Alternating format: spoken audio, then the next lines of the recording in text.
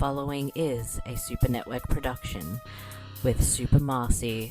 Look, as much as I love that we don't really see images of that film, I just want to see that film. The terrible Australian Bede Jermyn. If they made a romantic comedy out of The Fly, this would probably be it. It contains coarse language. After it was over and the credits were done, my friend just looked at me and he just said, "Dude, that was Mature themes. Her husband wants her need satisfied, and she had a zombie baby with him. Potential spoilers. Spoiler alert. Listener discretion is advised. Please find us at supermarcey.com and subscribe to us via Patreon at patreon.com/thesupernetwork. Enjoy. No. Don't be afraid. This time, it isn't one of your nightmares. This one was mine.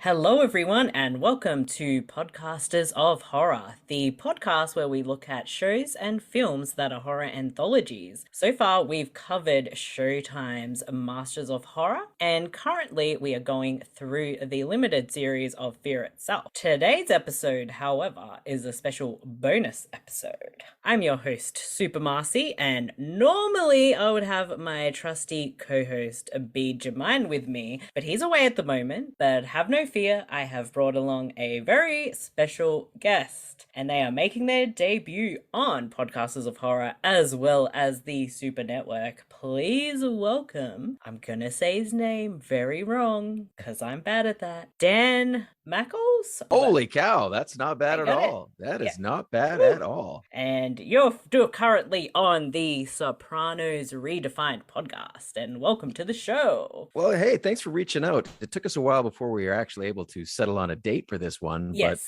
But I was flattered that you asked me and to talk about one of my favorite characters and the very short-lived series, Freddy's Nightmares. Yes, good segue into what we'll be discussing. But we were meant to do this and have it done in October, but you know what, life happens and all sorts of craziness, but we're here now. We are going to talk about Freddy's Nightmares, but particularly we will be talking about 2 episodes from the show, which was the pilot episode of the horror anthology series, No More Mr. Nice Guy, and episode 14, Black Tickets. Now, I guess as we prepped for this, we kind of briefly touched on that you do remember watching the show back when it first came out.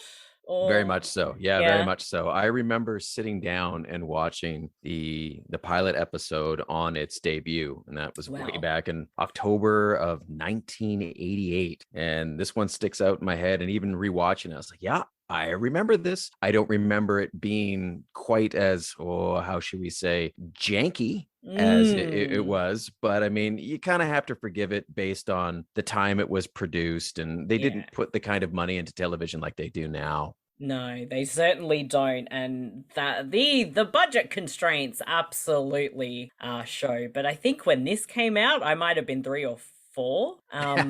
But I don't actually remember when it was on TV in Australia. I do remember I might have been maybe 7 or 8 roundabouts. This used to show, and I think the Friday the 13th series, which is also like an anthology, I can't remember what channel, but they used to play at like midnight or something, and I remember being up and awake and kind of seeing bits and pieces, but I don't remember much at all. I just remember it was on, and it was, oh, this is scary, I shouldn't be watching this kind of thrill, I suppose. But it wasn't, I guess, until maybe 10, 11 years ago that I actually sat and watched all of the series.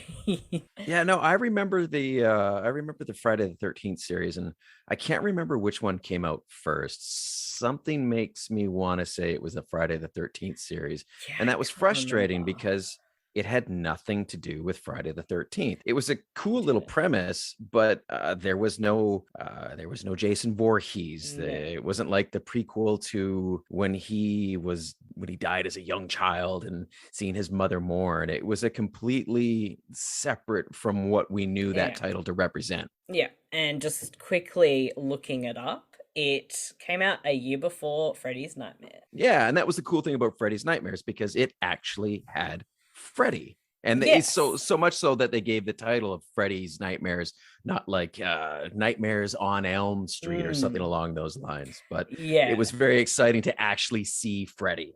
Freddy was there. He was like the crypt keeper, so to speak. Very much so, of the series. So I think what Robert Englund used to like film all that stuff in a few days, and it was like good to go, because he would just sort of be the bumper around the episode and say the weird odd line, but he was involved in it.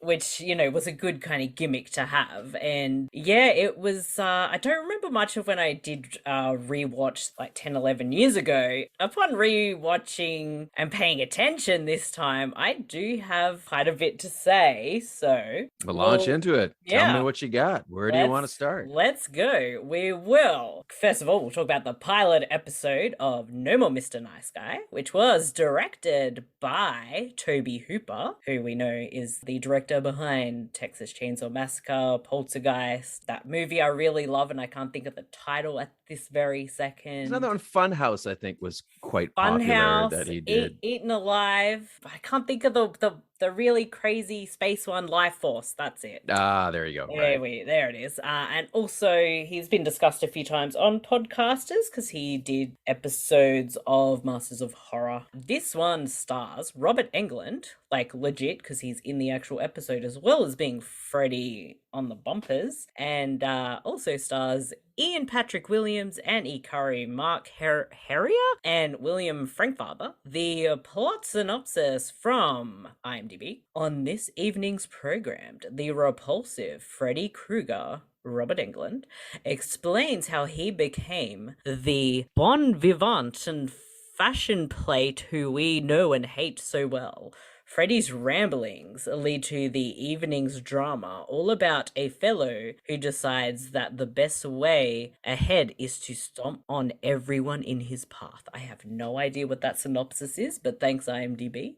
I think they kind of missed the ball on that one. It would have just been easier to say it was a little bit of a prequel to what we have with the Elm Street series. And it speaks to the popularity of the franchise, and probably even more than the franchise, the character of Freddy Krueger, that they decided, which was rare back then, to launch a TV series. It was only 4 years since the original. So again, everyone was just clamoring for more Freddy Krueger, and they decided this might be a great way to have the fans get a little bit more. Yeah, absolutely. Like, it was the 80s was so, like, horror just had gone really, really mainstream by that point, and everyone knew who Freddy was. And if you do watch the I don't know, it's like 7 or 8 hour documentary Never Sleep Again, they kind of go over this point in time in that doco. Yeah, I've seen it many times.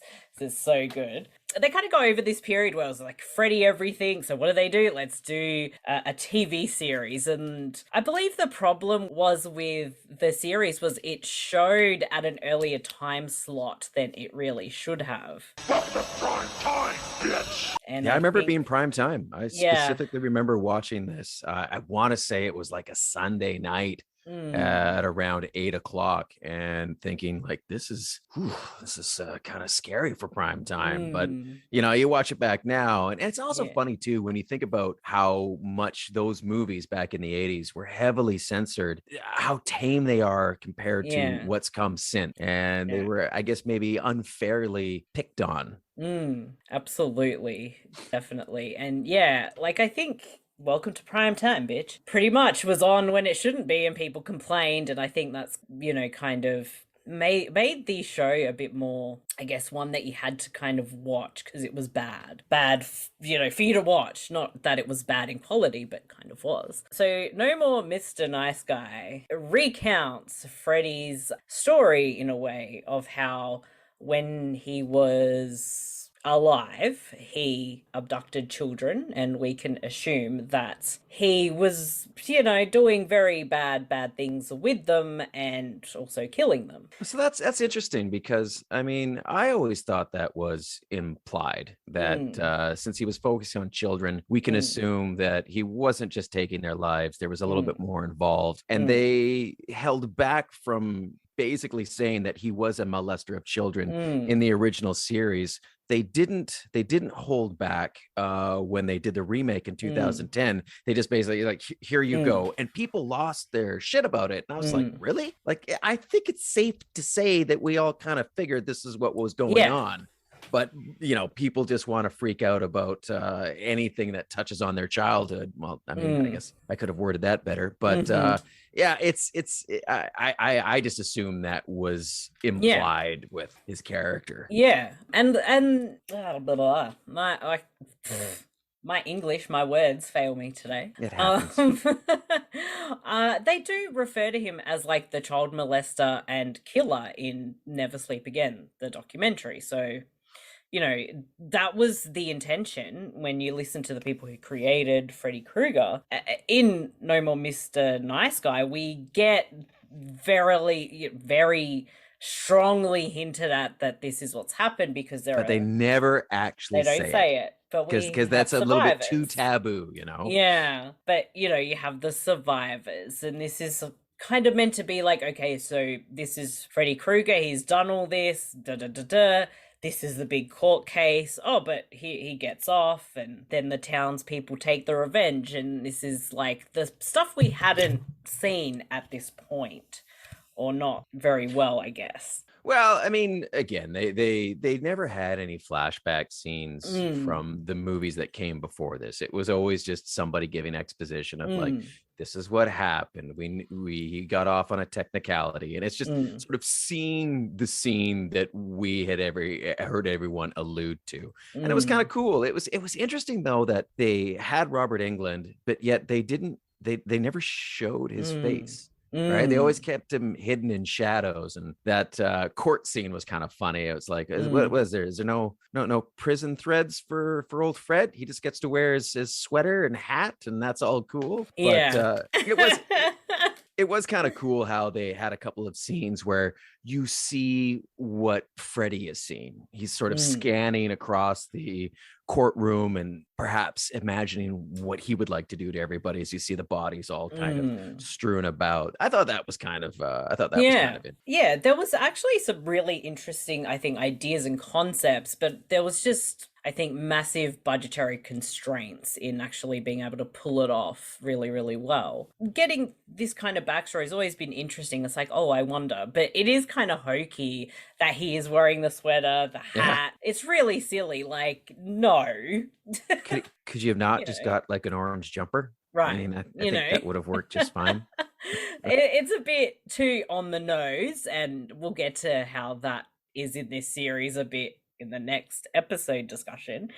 But then it's like, oh, the guy didn't give him his Miranda rights, so they have to dismiss this. And I'm like, this not really a technicality, I guess. But you also got to understand too, like back in that time, we didn't have a full understanding of how the law worked. Like they could say, I forgot to read him his rights. It's like, well, you're free to go now. It's like, nah, I don't think that would necessarily be the case. Perhaps a mistrial, but we're going to move you back to your holding cell, Fred. Yeah, pretty much. So that kind of is a bit silly. And because we'd heard about obviously characters from the film, like their parents being in this mob, we don't see any of that. There's not that many people, which, again, it's budgetary, which is a bit silly. And it kind of leads with this one cop. And, if they did have the money and they could have had like, John Saxon. Which is fine if you can't bring him in. I can accept that, but can we not just make that character Nancy's father? Does that not make more sense than have someone that looks like him at least, and have that be his character? Because it would have made more sense in this context, because he was one of the ones that like led this thing against him, or at least have him there. There should have been some, because I understand that they needed to have this cop, reach a terrible fate, which you can't do with as Thompson. Yeah, I think Thompson was the last name, because he's going to go on into the other films. But it just to have no other connection other than Freddy Krueger, I think was a missed opportunity, and not seeing young Nancy and that kind of stuff. Yeah, like the thing with Freddy was, from the films, it was very low budget, but, thinking that they've got this series, like you could have put a little bit more into your pilot and, fleshed it out a bit more. But, that's sadly not what happened. But overall, like, I think it's a solid episode. Like, it tells this story that we've been curious about, and it does it in a pretty decent way, despite its flaws. And I kind of appreciate how we just kind of hear Freddy and we see him from, like, maybe the mouth down, or he's obscured in every shot from the back. And then when he's like Freddy, when he turns into the Freddy we know, we see that. It was kind of, I think, a little clever device, but that it's Robert Englund is playing the role. Yeah, the acting from these actors, and no offense to them, it was pretty bad.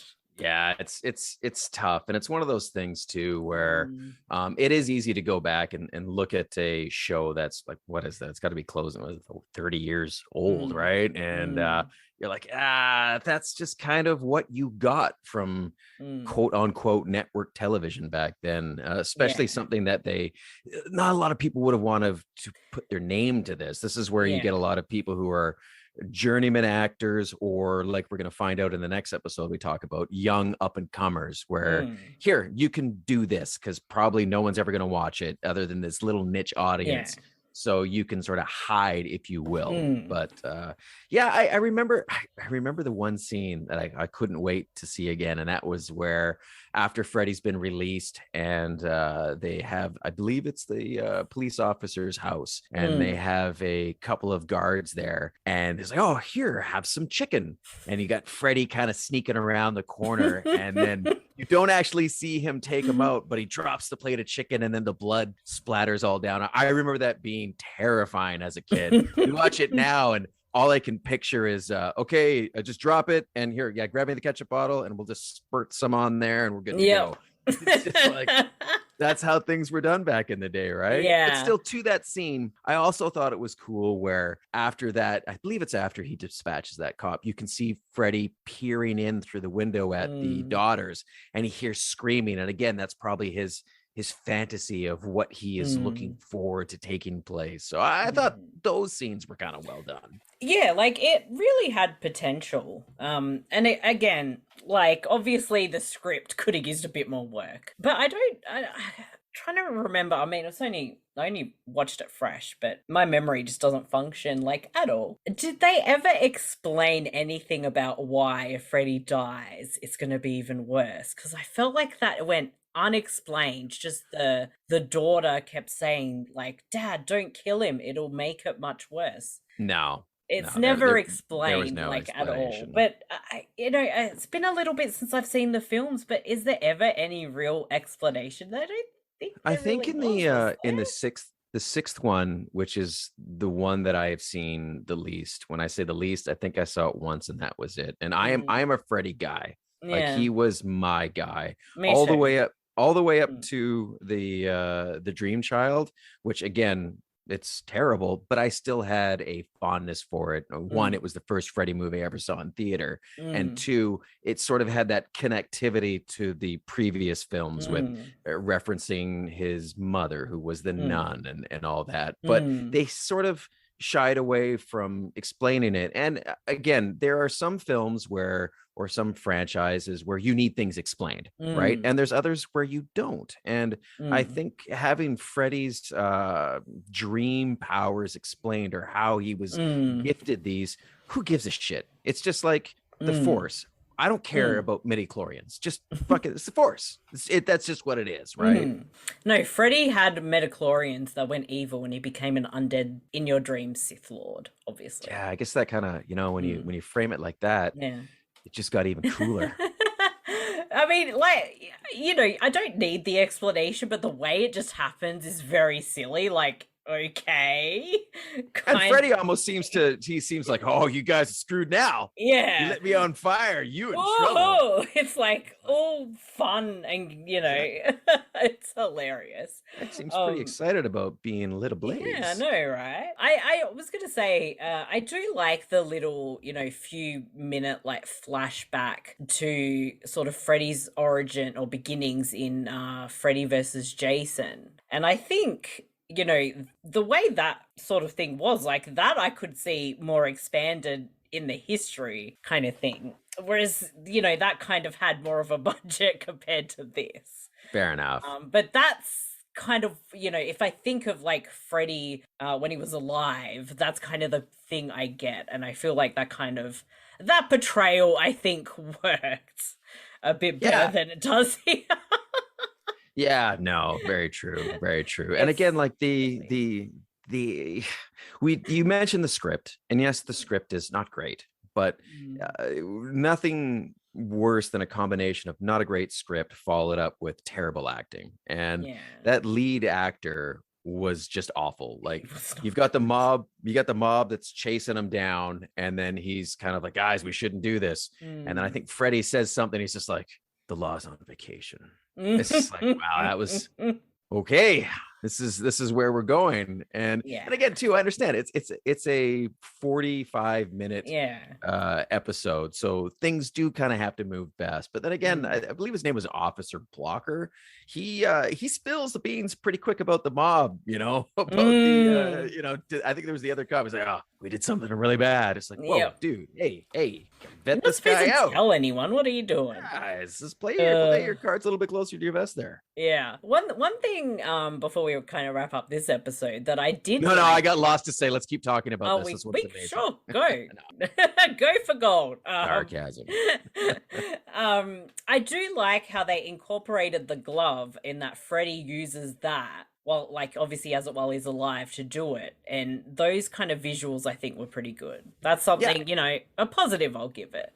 And one last thing that I can say as a positive was they did make reference to the junkyard where they dispose of the body, and that was tied into Nightmare 3 and 4, and I thought that was great as well. I agree.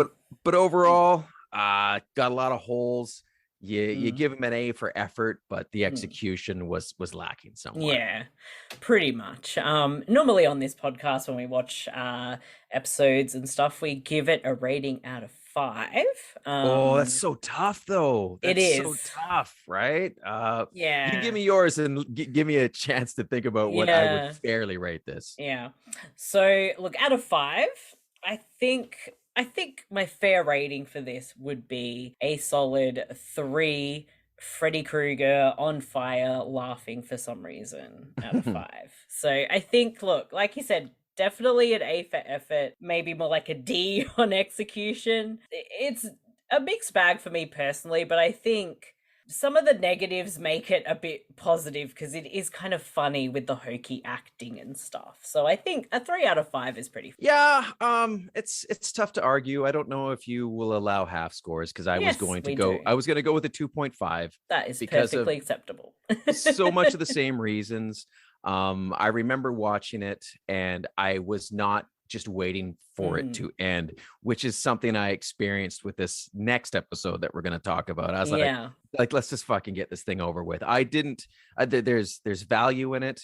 You have to factor in when it was made, but overall, especially if you're a fan of the franchise, definitely worth your time to check it out. Yeah. If people don't watch any other episodes of the series, I do think that one is worth a watch. If you love your Nightmare on Elm Street, Freddy Krueger, it's one of those interesting little snippets to check out.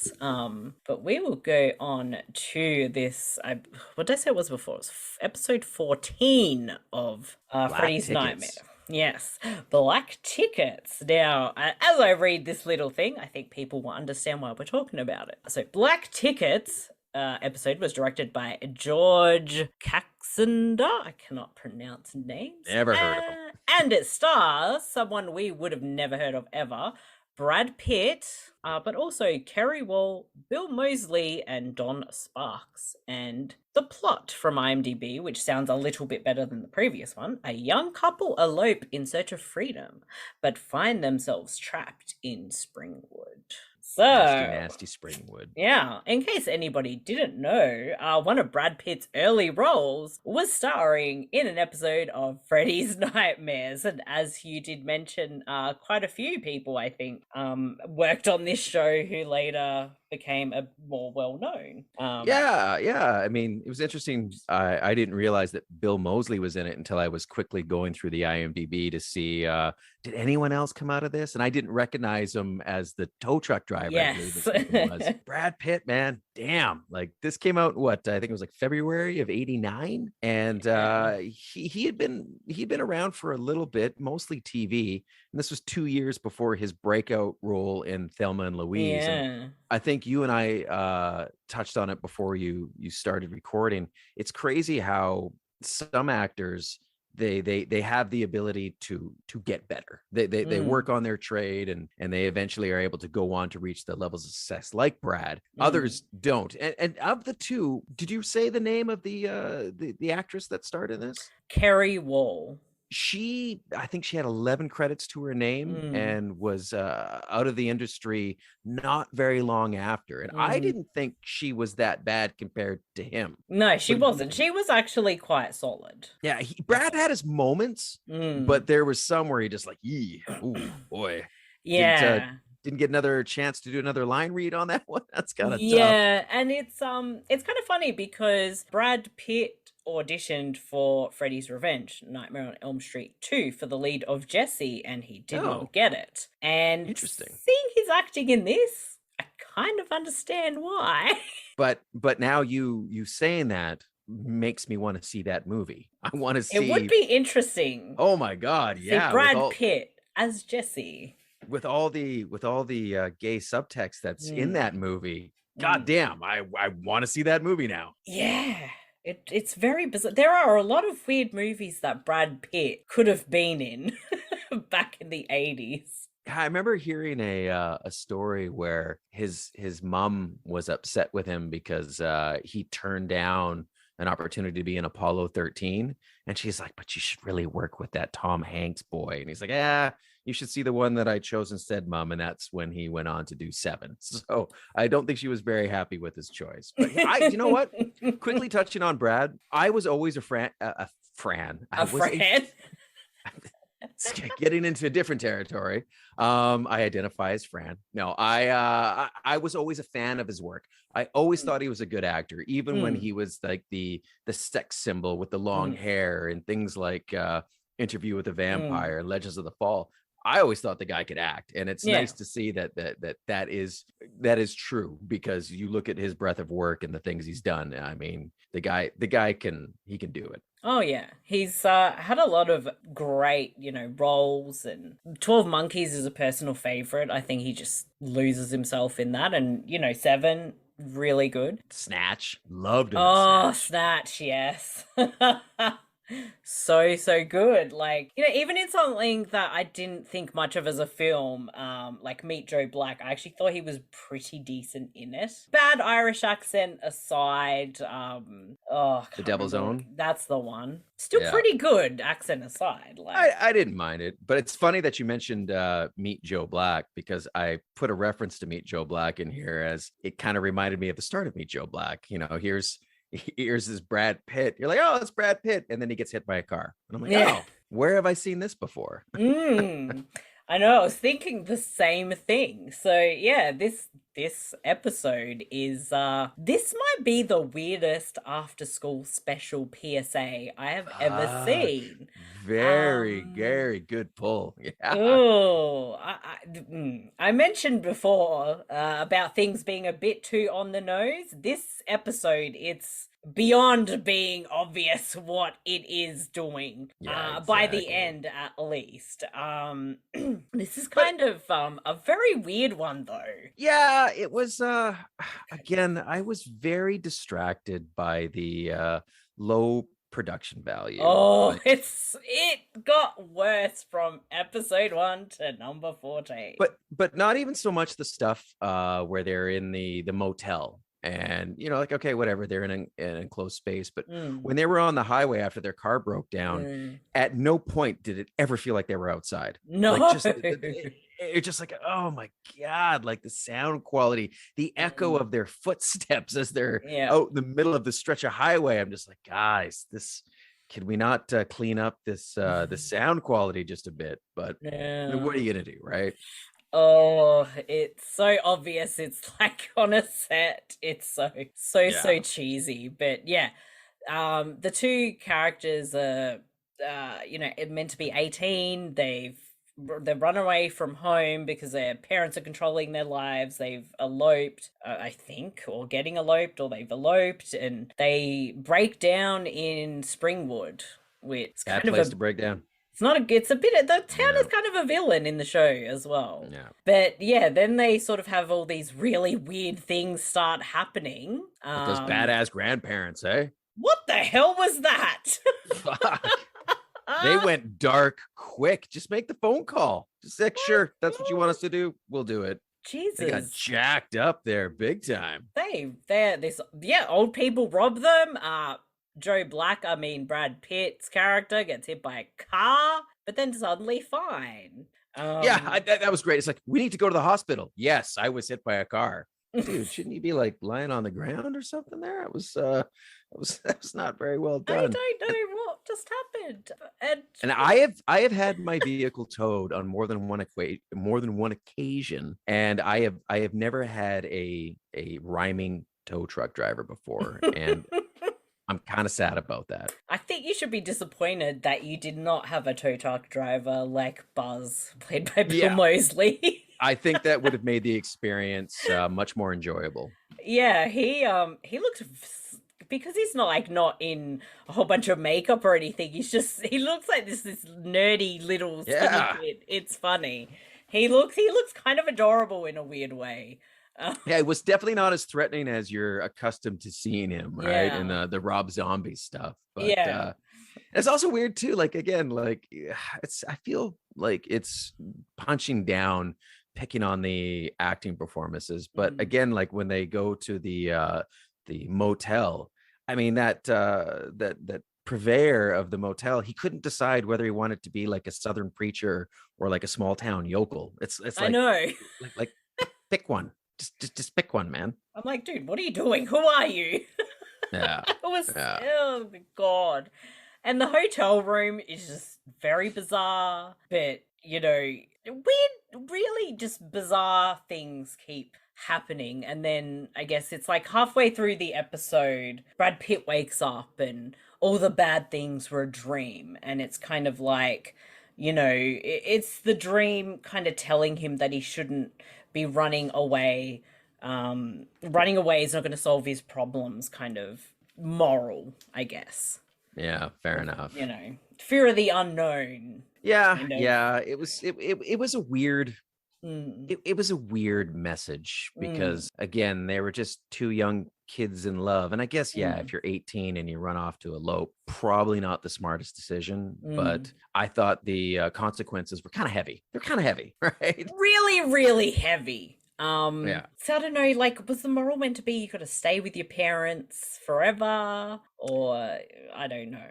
Perhaps not make rash decisions because the consequences may not turn out so well if you don't plan things out. And it was clear that they didn't really have anything planned out. And I think that was sort of the underlying message there. But again, too, I had stated to you, I do not remember watching the Brad Pitt version. Like that was sort of that was Rick's story. I remember Miranda's story. I remember that very well. But I thought it was interesting that they decided to take the two characters and yet give them both very different storylines. Were we to assume that maybe they were both hit on the highway as they were trying to run away? I have no idea. It's the episode kind of makes it hard to understand, like, what point in time are they, like, have they been at this motel for a while? Are they living there now? I don't understand. Has this all happened in their head?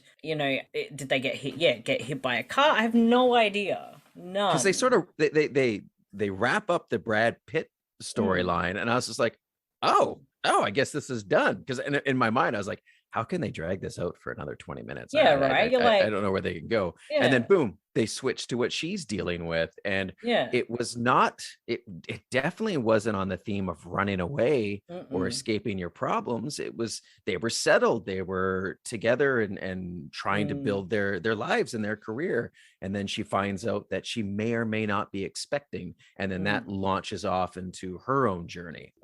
So it's like, okay, so did they just decide to randomly settle in Springwood? And she's got a job, he's got a job, and now she might be pregnant, and it's very bizarre. It seems like, listen, we've already paid them for this portion.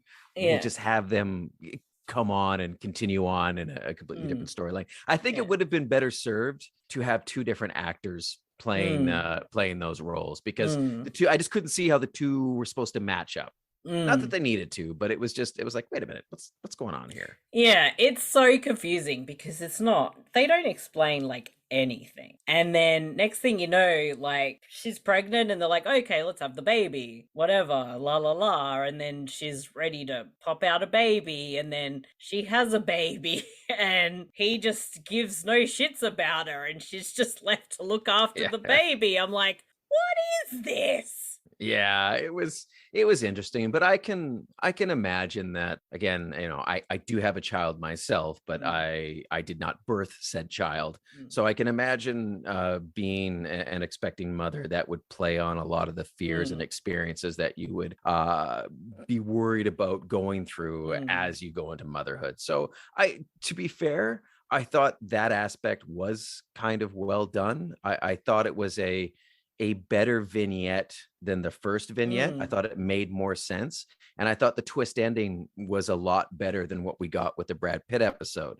The Brad Pitt episode, like, we kind of got it right off the bat. It's like he got hit by a car, he's in a fever dream, and then he realizes that he got hit by a car. Whereas this one, I thought the twist ending landed better. Yeah, it's bizarre and comes out of nowhere, but at least you'll remember it. Like, you know, I get sort of, you know, the visual element of it, of the fear of motherhood and stuff like that. But this made me absolutely terrified to ever have a child. It seems like the worst thing in the world. This makes it like, don't ever have children. I don't think that was the point. I think this was trying to hammer home, be responsible if you're a sexually active teenager. Yeah, perhaps. Yeah, you know. I guess so.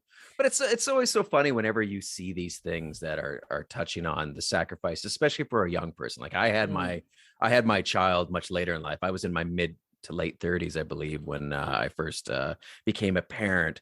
And it's different. I can't imagine how many sacrifices that I would have had to have given to have a child at 18, 19, 20. So yeah, I can appreciate what they were trying to do with that. Yeah, I think it was more like try and be responsible, and you know, don't throw away your life by having fun with someone, kind of whatever. But then, you know, she has it's her fever dream of what if she's pregnant, and then she does the test and she gets all excited. Oh, I'm gonna have my life all together, I'm not pregnant. And then she falls over, and then the next thing we know, boop, twist ending, what the fuck. Yeah, I thought it was, but it was kind of clever, you know, Brad Pitt there giving his pre-Oscar performance of what are you telling me, doctor? Yeah, it's all in her head. But it's again, trying to be fair. I thought it was better executed than the previous one. So for that, when we get to the grading, I would probably, we'd almost have to grade the two different vignettes separate from each other, right? Because I think this one would land a little bit higher than the other one. Yeah, I think the second part, I think, is definitely better handled, and it does have the what the fuck twist ending. She's essentially Miranda somehow is stuck with the mind of a child, and she's looking after a baby doll. And yeah, like, well, that's the twist. You feared having a child. Yeah, now Boom, you are. Now you're one. stuck as a child. Yeah, exactly. it's like what? I was not expecting that whatsoever. But I actually thought like her performance was quite solid for the most part, whereas his was very. Yeah, I agree with you. I agree with you. And it's ironic that one is out of the industry now and the other is winning Oscars. So it's, yeah, I know, it's bizarre. Yeah, exactly. Yeah, I think kind of the ratings for two different sections. I'd probably give the Brad Pitt centric one like 1.5 out of 5, and I think I'd give the second one 2.5 out of 5. I would say for the Brad Pitt one, 1.5 out of 5, definitely. I think the only redeeming quality is you're sitting there going, that's Brad Pitt. Exactly. That's Bill Moseley. But save that. If it was any other person in that role that didn't go on to the career that Brad had, you'd be like, this is fucking awful. Yeah. Right? Like the scene where he's getting taken away by the cops and he's kicking the back of their seats, and then the car goes around a corner and there's this terrible looking explosion. Oh my God. And he wanders back in the hotel. He's like, I'm in a little trouble, Miranda. I killed the cops. You can't run. It's like, I can run from anything. I'm running away. This is really bad. But it's so not good. Yeah, I'm with you. It's about a 1.5. Yeah. And that's strictly on the fact you get to see a young Brad Pitt. Yeah. And I would go as far as giving the second one a 3. I thought it was well executed. I thought it was a good story and a fun twist ending, much like all those classic Twilight Zone episodes. And that's basically what the series becomes is a updated version of the Twilight Zone where you've got to have those twist endings. And for that, I'll give it a 3. Yeah, that twist ending is unlike anything I've seen and was not expecting it. So, yeah. I mean, I think overall, like the episode, I'd probably say 2.5 out of 5. But yeah, the very, very interesting, two very different stories with both episodes. And I'm sure there are many other episodes that will probably be worthy of a revisit at some point. I have one other one that is stuck in my head. I can't remember what it was called, but it was the same thing. It was a young person who was living in Springwood, and I believe his parents wanted him to stay, put down roots and get into the family business. And he was trying to pull away. I think it might even be the second episode. I'll have to double check for that. But that one, which ironically was that one and the second half of the previous one we talked about were the ones that stuck out in my head. So. Yeah, it's bizarre. Right. We might have to revisit a couple more episodes, and hopefully Bede will be around to join us. As well, because it'll be fun. It was really good to revisit a couple of episodes and have a bit of a deep dive into them. And you know what? I still think this show needs like a remaster and re-release, because it's so worth checking out just for the fact that there was a Nightmare on Elm Street Twilight Zone, Tales from the Crypt type TV show. So if us talking about it on a podcast helps get people talking about it again, shine a light on it. Release it. I remember being in a thrift store back in the late 90s and seeing a VHS copy of Freddy's Nightmares. I think it was like season 1, part 1. And I was like, I should buy this. But I don't own a VCR. I still have my VCR, and I remember those at the video store for rent. No, nice little trip back memory lane. Yeah, but thanks so much for having me on to talk about one of my favorite characters, Marcy. Yes, one of mine too. If we get around and want to talk some more Freddy, I would love to come back on for that. Absolutely will do that. And fantastic. And as we usually do on every podcast, we give our guest time to shine a light on what they do and where people can find them. So you can find me on Twitter. I'm at Dan Machholz, and if you want to listen to my stuff, I've got a couple things on the go. Mostly right now I'm focusing on Sopranos Redefined, which I'm doing with Ben from Film Floggers. We're going episode through episode of the classic series, and it's fun because he's never seen it before. This is my second time viewing it after its original run, and it's enjoyable to watch it through someone else's eyes and then see it again as a much more mature individual. And eventually I'll get back to my original podcast, You Got to See This, with my co-host Carolina Jimenez. And if you're into movies and friends talking about it, you can find us on Twitter as well. Yes. Always easy on the Twitter, and you can look up those podcasts on all your major podcast streaming platforms. And as for us here, everything you need is at supermarcey.com, and the Super Network is on all your social medias and podcast streaming platforms. So just look up the Super Network. We're on Facebook, Twitter, YouTube, everything. And me personally, you can find me on Twitter at Super Marcey. And if you want to follow me on Letterboxd and see what I'm watching, because I do remember to post all that now, but digress. I'm super_Marcey. And until next time, this has been the Podcasters of Horror, and keep watching your horror anthologies because they're awesome. Thank you very much for joining me, Dan, and catch you all next time. Peace. Peace.